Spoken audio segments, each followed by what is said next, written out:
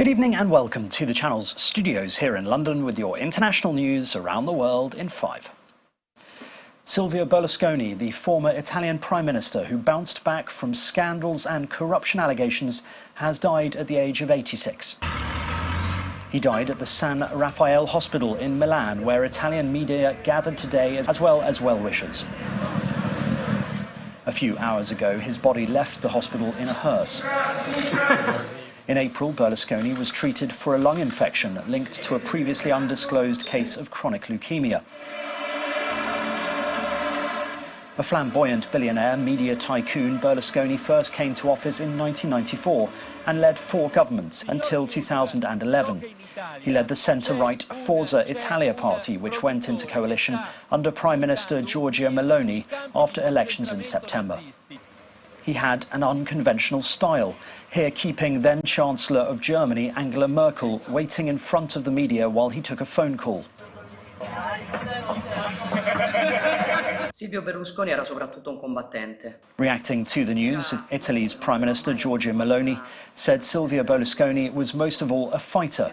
He was a man who never feared to defend his beliefs. Vladimir Putin also paid tribute to him, calling him a great friend. His funeral will be held in Milan Cathedral on Wednesday. Ukraine says it has liberated 4 villages in the southeast of the country in the first victories of its much-anticipated counter-offensive. Officials reported on Monday that the national flag is once again waving over Storozhova in the Donetsk region. Reports and footage from the weekend show similar scenes in neighbouring settlements, as well as nearby Makarivka. The villages are relatively small, and Moscow is yet to confirm any retreat. On Saturday, Ukrainian President Volodymyr Zelensky confirmed that the counter-offensive had begun. At least 10 people have died and 25 others are in hospital after a wedding bus crashed in an Australian wine region. The passengers were returning from a wedding at a winery on Sunday night in Hunter Valley, a popular spot for wine tourists, when their coach overturned. Police have charged the 58-year-old bus driver with 10 counts of dangerous driving, which resulted in death. They said they were still in the process of identifying the dead. The newlyweds weren't reported to be on the bus. All of us know the joy of going to a wedding, a chance to celebrate dear friends and family. They are some of the happiest times that you can have. For a joyous day like that in a beautiful place to end with such terrible loss of life and injury is so cruel and so sad and so unfair. People hire a bus for weddings in order to keep their guests safe, and that just adds to the unimaginable nature of this tragedy. Thousands of residents in India's western state of Gujarat have been evacuated from their homes days before a powerful cyclone is expected to make landfall. The cyclone, named Biparjoy, is expected to make landfall between Mandvi in Gujarat and Karachi in Pakistan with a maximum sustained wind speed of 135 kilometers per hour.